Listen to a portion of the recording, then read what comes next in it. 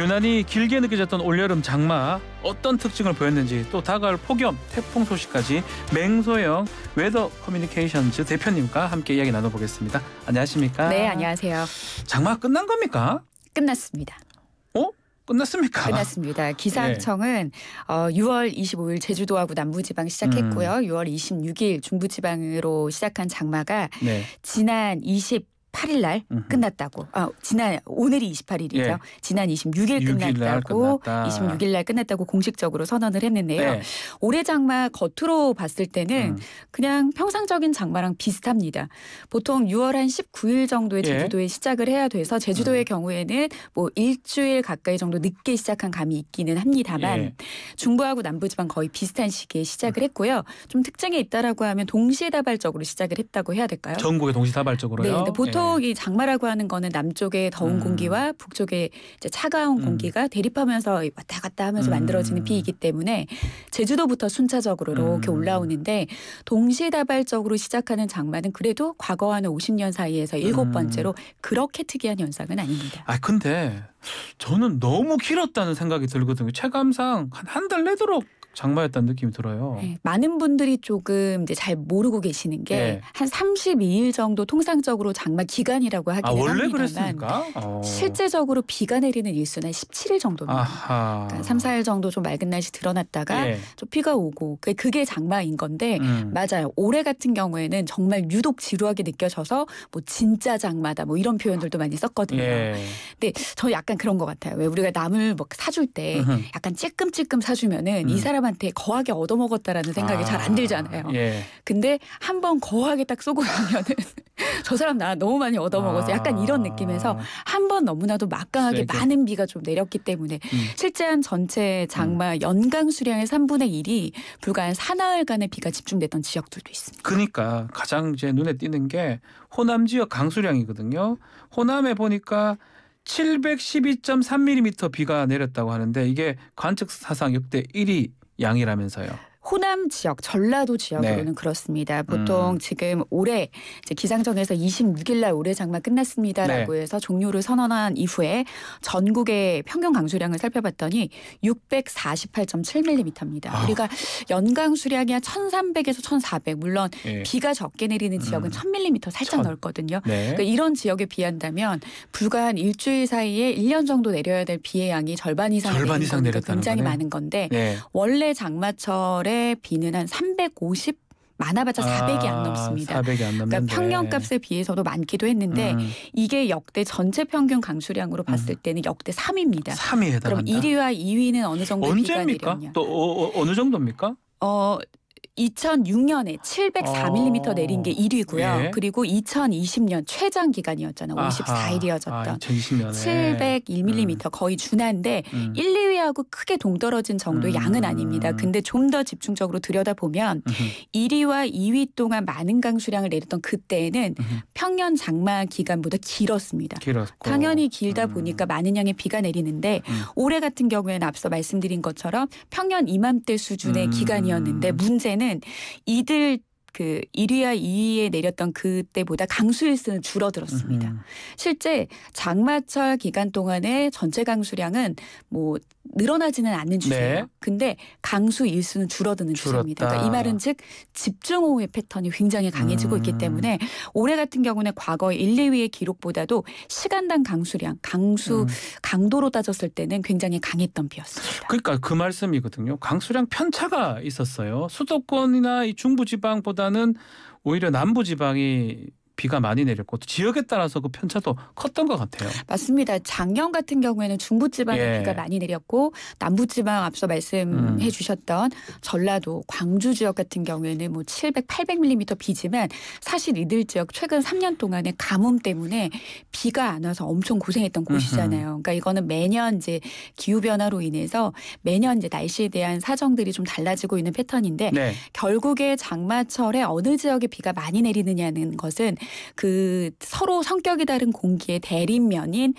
정체전선이 어느 지역에 위치하고 있느냐인데요. 네. 이번에 충청도와 경북, 전북 지역을 중심으로 비구름대가 계속해서 몰려 있었는데 그 지역에 많았거든요. 맞습니다. 남쪽에서 덥고 습한 공기가 좀 힘을 주면 중부지방으로 올라가고 예. 북쪽에 찬 공기가 좀 힘을 두면 내려와야 되는데 정체전선은 그 자리에 머물러 있으면서 계속 두 공기가 극으로 대립을 하다 보니까 비구름의 연료가 되는 다량의 수증기는 계속해서 공급이 되고 예. 북쪽에서 특히 이번 장맛비의 좀 특징은 북쪽에 저기압이 많이 통과하면서 정체전선을 활성화시켰다라는 특징이 있거든요. 네. 근데 이렇게 저기압이 빠지고 나면 저기압 주변에서의 부는 풍계의 방향이 북쪽에 차고 건조한 공기를 끌어내릴 수 있는 예. 그런 바람의 구조가 됩니다. 그러니까 계속해서 이들 지역에 강한 비가 집중될 수 있는 그런 현상들을 계속해서 만들었습니다.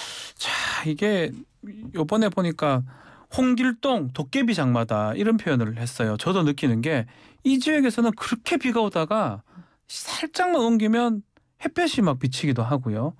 왔다 갔다 하는 모습이 저 느낌에 동남아 지역에 이런 날씨하고 비슷한 거 아니냐 이런 생각했었거든요. 그렇죠. 이렇게 스콜성 강우처럼 예. 갑자기 뭐 돌연듯이 흐려졌다가 네. 그렇게 되는데 약간 뭐 기상학적인 원리로 따지자고 하면 약간의 차이는 있기는 아하, 합니다만 예.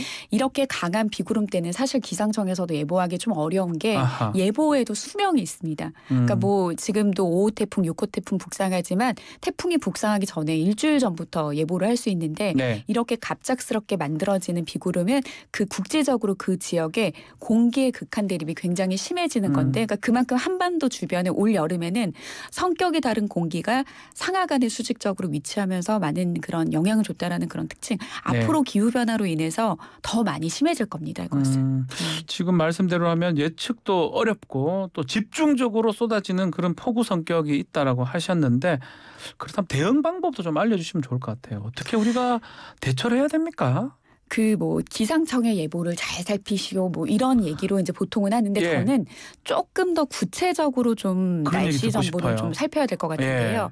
뭐 올해 같은 경우에는 마이크로소프트사가 7월에 뭐 한 달 내내 3, 4일 빼고 비 온다 뭐 이런 어떤 네. 괴담이 있을 정도로 사람들이 날씨에 관심은 정말 많지만 기상 정보를 좀 디테일하게 들여다보질 않으세요. 그래서 저는 좀 기상청의 기상 정보를 좀 이제 종류를 좀 설명을 드리면서 네. 어떻게 활용을 해야 될지를 알려드릴 텐데요. 중기 예보라고 해서 우리가 보통 열흘 예보라고 합니다. 네. 그러면 오늘을 포함해서 향후 열흘 동안의 날씨를 알 수 있거든요. 포털에도 그런 게 있어요. 예. 그럼요. 예. 그래서 그리고 가급적이면 이렇게 말씀드리면 포털 관계자는 싫어할 수도 있습니다만 기상청 뭐 홈페이지라든지 기상청 앱을 통해서 좀 실시간으로 정보를 정확하게 공유받을 수 있는 것들을 좀 보시면 왜냐하면 약간씩의 한두 시간씩의 딜레이가 되는 경우들이 덜어 있거든요. 네. 근데 그렇게 되면 앞서 말씀을 해주신 것처럼 한두 시간 안에 집중호우 같은 경우에는 비구름이 만들어졌다가 사라지는데 그런 늦은 정보를 확인하시면 사실 피해가 굉장히 큽니다. 그래서 향후 열흘 동안의 날씨는 다음 주 일주일 뒤에 구체적인 강수량은 알 수는 없습니다. 아하. 그러니까 오늘 내일 모레 72시간 동안의 단기 예보 기간 동안에 요거만 알 수 있지. 그렇죠. 그래서 방송에서 다음 주까지 비 오는데 얼마나 내릴까 이런 답을 할 수 있는 사람은 전 세계에 한 명도 없습니다. 없고. 그래서 확률적인 거네요, 그냥 그거는. 그렇죠. 그래서 한 3일 이후부터 7일 동안은 비의 윤곽을 나타내기 때문에 일단 그 부분을 좀 참고를 하시고요. 네. 그리고 당장 내일이나 모레까지 비 예보가 있을 때는 어느 지역에 총 어느 양의 비가 내리는지 살피는데 문제는 이제는 전체 양보다 강수 강도거든요. 강도. 그러니까 많은 양의 비가 얼마나 짧은 시간에 집중하느냐. 네. 그런 것들을 좀 살피고 기상청에서 수시로 보내는 그런 문자들 이런 것들을 약간 문자라기보다는 명령의 개념으로 명령으로 받아들여라. 따르시는 게 명령으로 좋을 것 받아들여라. 같습니다. 그게 참 와닿네요. 자, 우리나라도 그렇지만 전 세계적으로 날씨 이상 기후 현상이 좀 일어나는 것 같아요. 지금 전 세계적으로 폭염이 지금 난리입니다, 난리. 지금이 아니라 거의 뭐 2월 달부터 심상치 않은 폭염으로 인해서 뭐 유럽, 뭐 미국 같은 경우에 남서부 지역, 인도, 뭐 중국, 동남아 지역 어느 하나 할 것 없이 굉장히 더운 날씨가 이어지고 있는데요. 일단은 지구 온난화라고 해서 전 지구의 평균 기온이 산업화 이전 대비 한 1.2도 정도 상승을 했습니다. 올랐군요. 그러니까 전 지구적으로 뜨겁게 기온이 올라가 있는 상태에서 이 지구는 70% 정도가 바다거든요. 네. 그러니까 바다 같은 경우에는 바다가 뜨거워지게 되면 바다에서 증발하는 열기로 인해서 지구에 가둬두는 열이 더 많아지기도 네. 하고요.